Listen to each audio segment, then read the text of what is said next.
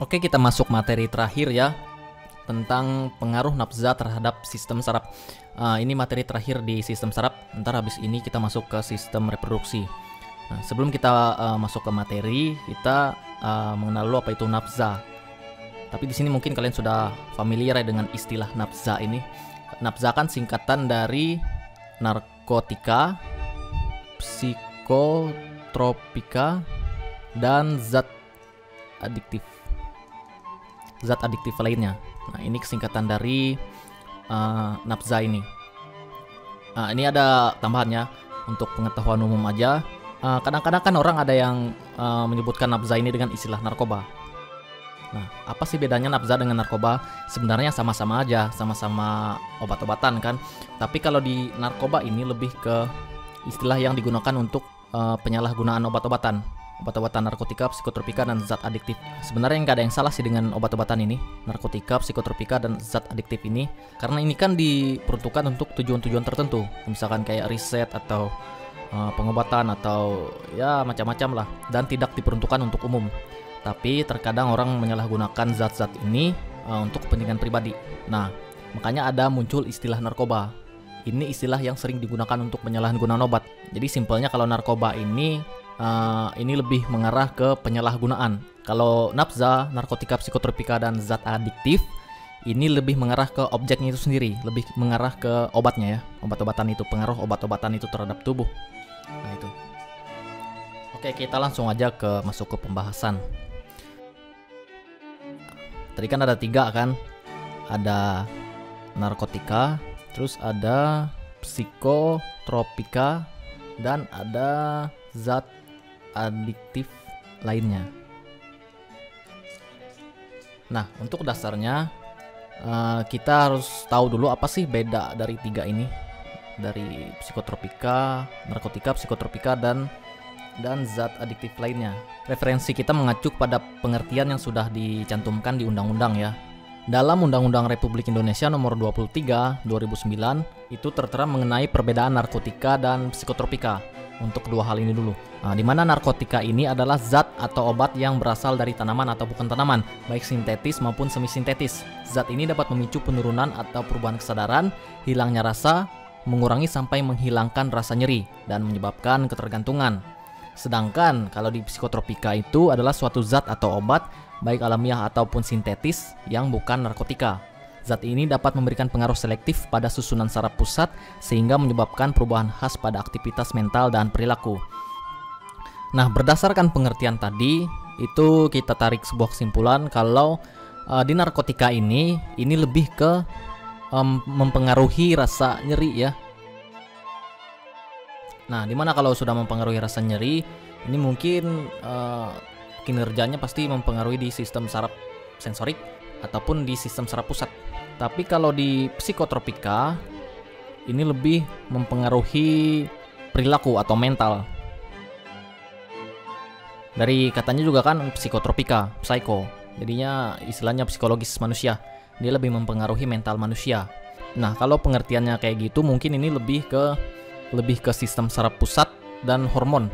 Ya, meskipun sebenarnya mungkin sama-sama aja ya. Di narkotika juga bisa mempengaruhi di sistem saraf pusat ataupun sebaliknya, karena kan sistem saraf ini satu kesatuan gitu. Kita nggak bisa secara mutlak membedakan pengaruh narkotika di sistem saraf sensorik ataupun reseptor, ataupun pengaruh psikotropika di sistem saraf pusat ataupun hormon, karena yang pastinya dalam fisiologis manusia semua ini satu kesatuan.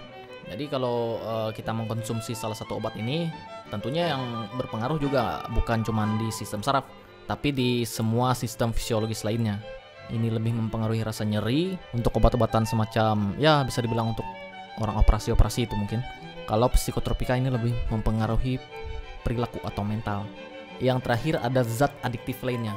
Nah, kalau untuk zat adiktif lainnya ini agak beda ya dengan psikotropika dan narkotika. Dalam tanda kutip bedanya nggak terlalu spesifik di pengaruh, karena ketiganya ini kan sama-sama menimbulkan adiksi, sama-sama menimbulkan ketergantungan.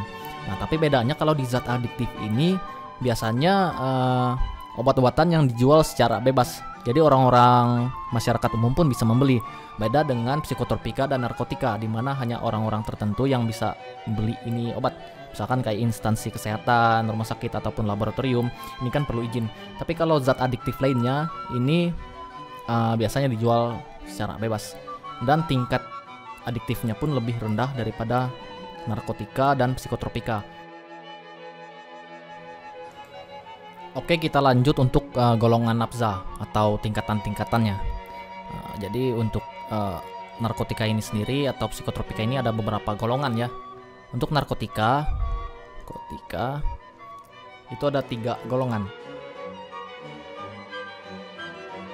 Nah, pemberian golongan ini diberikan berdasarkan tingkat adiksi dari narkotika ini.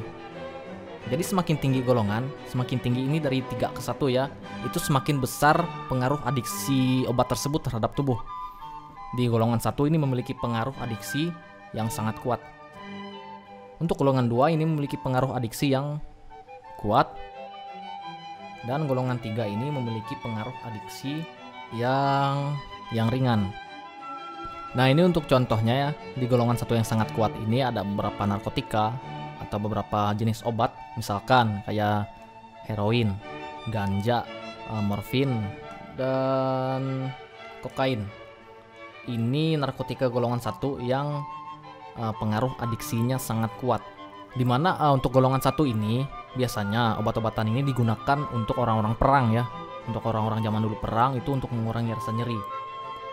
Nah, untuk yang kedua, tingkatan golongan 2 dengan pengaruh adiksi yang kuat itu contohnya petidin dan betametadol. Ini juga digunakan untuk pengobatan. Sedangkan untuk efek yang ketiga, ini golongan yang ringan, itu contohnya kodein beserta turunannya.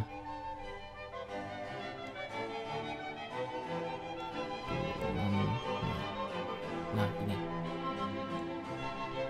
ini contoh-contohnya. Jadi intinya untuk narkotika ini sendiri, zat atau obat yang digunakan untuk pengobatan atau penelitian dan tidak dijual secara umum. Bisa dikatakan ya obat ini kalau mau beli itu nggak segampang kita beli Prestamol atau betadine di apotek ya. Jadi memang harus perlu izin dari pemerintah untuk beli obat-obat ini.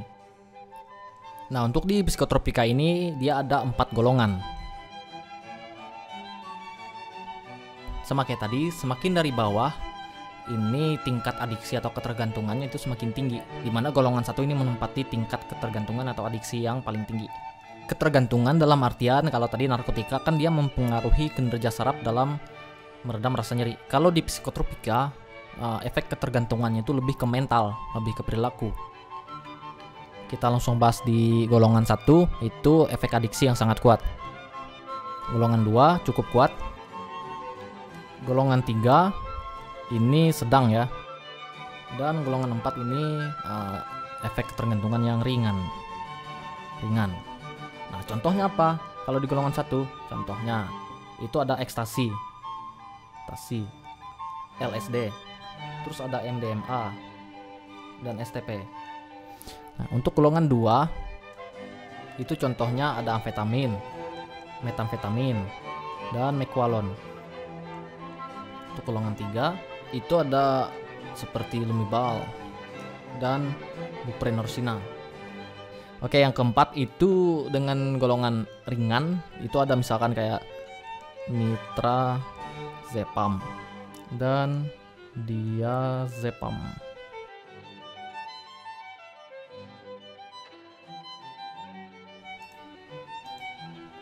Oke, sekarang kita masuk ke zat adiktif lainnya.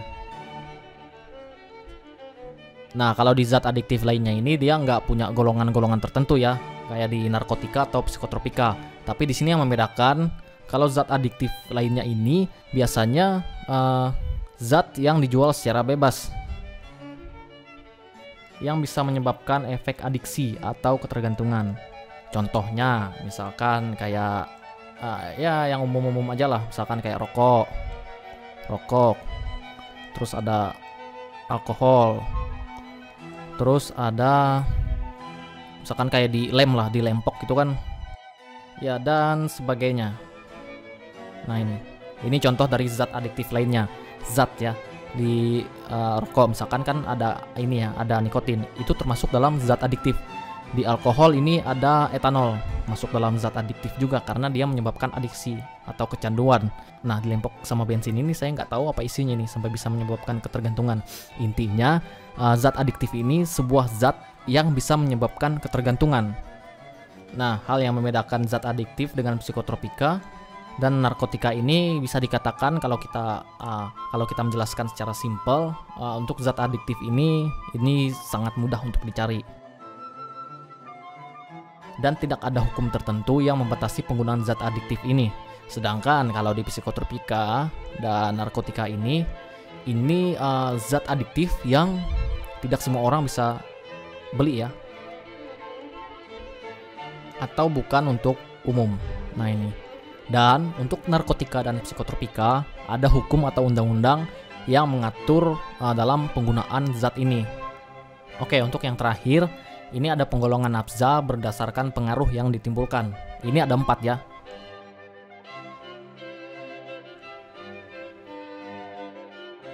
Nah, untuk di sedatif ini sendiri, ini pengaruhnya memberikan efek penenang. Misalkan contoh, ada suatu band ini lagi manggung ya. Untuk menghilangkan rasa gugup, biasanya mereka menggunakan sedatif ini untuk penenang. Contoh, misalkan kayak Valium. Contohnya. Nah, untuk halusinogen, dari katanya aja udah kita tahu ini halusinogen. Berarti obat ini atau zat ini memberikan efek halusinasi. Contohnya misalkan kayak ekstasi dan LSD. Selanjutnya di stimulus artinya. Stimulus. Jadi efek obat ini itu memberikan stimulus atau memberikan acuan untuk otak. Sehingga orang yang mengkonsumsi obat ini memberikan efek yang lebih aktif terhadap tubuhnya. Misalkan sebelumnya dia mengantuk, setelah mengkonsumsi stimulan ini dia menjadi segar, melek. Atau yang sebelumnya dia malas beraktivitas, setelah dia mengkonsumsi stimulan ini dia jadi semangat gitu kan. Nah, itu artinya stimulan, memberikan stimulus. Contoh, ini ada amfetamin. Nah, yang terakhir ini depresan atau peredam rasa nyeri. Painkiller lah istilahnya kayak di PUBG itu kan. Nah, ini lebih ke narkotika ya. Tadi kan sudah saya jelaskan juga, narkotika tadi fungsinya untuk meredam rasa nyeri. Ini misalkan kayak kokain, terus morfin. Nah, ini peredam rasa nyeri untuk depresan. Oke, jadi untuk materi sistem koordinasi manusia itu nafza udah materi terakhir ya. Untuk nafza tadi pengaruh obat-obatan. Nah, jadi untuk sistem koordinasi pada manusia ini materi udah selesai kita. Selanjutnya kita nanti masuk ke sistem reproduksi. Nah, untuk materi terakhir tadi mungkin kalian ntar bisa baca-baca lagi ya, bisa ngulik-ngulik. Karena basicnya kita kan nggak membahas mendalam tentang farmakologi atau ilmu obat-obatan. Kita membahas secara singkat tentang pengaruh obat-obatan terhadap saraf. Jadi misalkan ada sesuatu yang bisa dikatakan miskomunikasi atau misinformasi, untuk pemberian materi dari saya mungkin kalian bisa berikan pendapat di bawah di kolom komentar. Karena meskipun saya di sini sebagai yang menjelaskan materi, belum tentu yang saya jelaskan itu 100% benar. Nah, jadi intinya di sini kita sama-sama belajar, kita sama-sama ngulik terkait materi-materi biologi. Jadi ya itulah, kalau ada misinformasi silahkan dikoreksi. Oke.